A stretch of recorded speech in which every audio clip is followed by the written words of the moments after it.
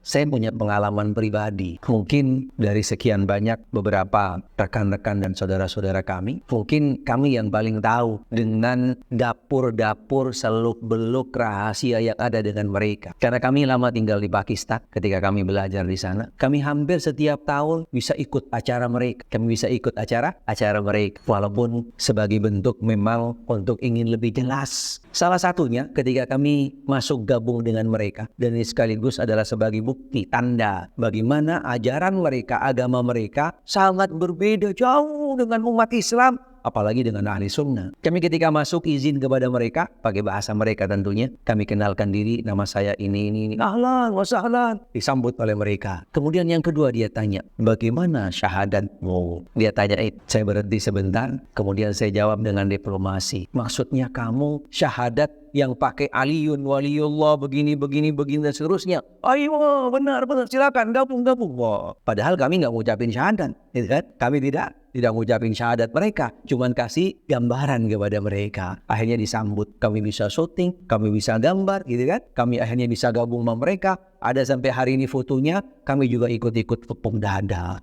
Kalau tidak ada curigain, gitu kan? Curigain. Walaupun tujuannya adalah sebagai bentuk bagaimana kita ingin tahu kebenaran mereka, ingin tahu apa yang ada di dalamnya. Karena tidak semua pada waktu itu mahasiswa bisa masuk. Hadir aja tidak gampang. Karena alhamdulillah selain nama dan muka kami diterima sama mereka. Mukanya mirip gitu kan. Kalau yang lain kan masih dicurigain, jangan-jangan kamu beda nih. Ini poin yang penting yang kami ingin sampaikan. Syahadatnya saja mereka sudah berbeda. Syahadat mereka sudah berbeda. Ini pokok inti dan ini pintu gerbang. Ini jalur yang akan bisa membedakan seseorang muslim, non-muslim atau berada di agama lain. Karena dengan syahadatnya. Kalau kita umat Islam, syahadatnya cuma 2 rukunnya. Syahadat tauhid dan syahadat rasul. Tapi kalau mereka ada yang 3, 4 sampai 5. Selain mereka mengagungkan Ali sebagai waliullah, Fatimah hujjatullah, kemudian mereka lanjutkan sebagai bentuk daripada konsekuensi syahadat yang mereka bacakan, Abu Bakar wa Umar, Hafsah wa Aisyah finnar. Ini wajib mereka baca ketika di dalam mengucapkan syahadat.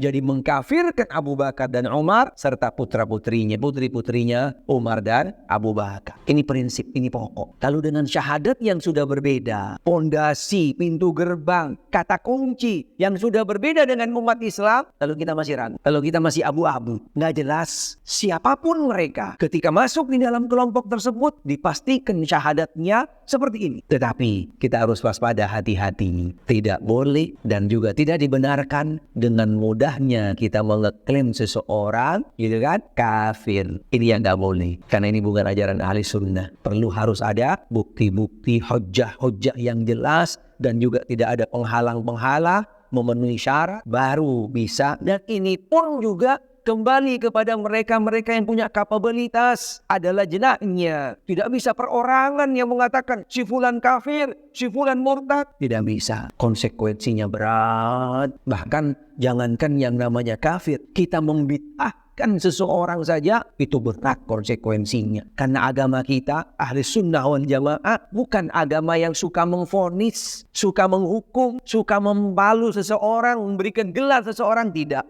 Tapi agama kita, ahli sunnah wal jamaah, manhaj kita adalah manhaj yang mengajak seseorang kepada cahaya as-sunnah. Mengajak seseorang kepada yang namanya al-haq. Ini manhaj kita, ini metode kita. Jangan sampai salah. Jangan kita terbawa oleh yang namanya opini, isu dan yang lainnya. Sehingga kita mudah mengeklaim, mudah menuduh, mudah membid'ahkan, apalagi sampai memurtadkan dan mengkafirkan. Na'udzubillah min dzalik. Kita harus hati-hati, kita harus waspada.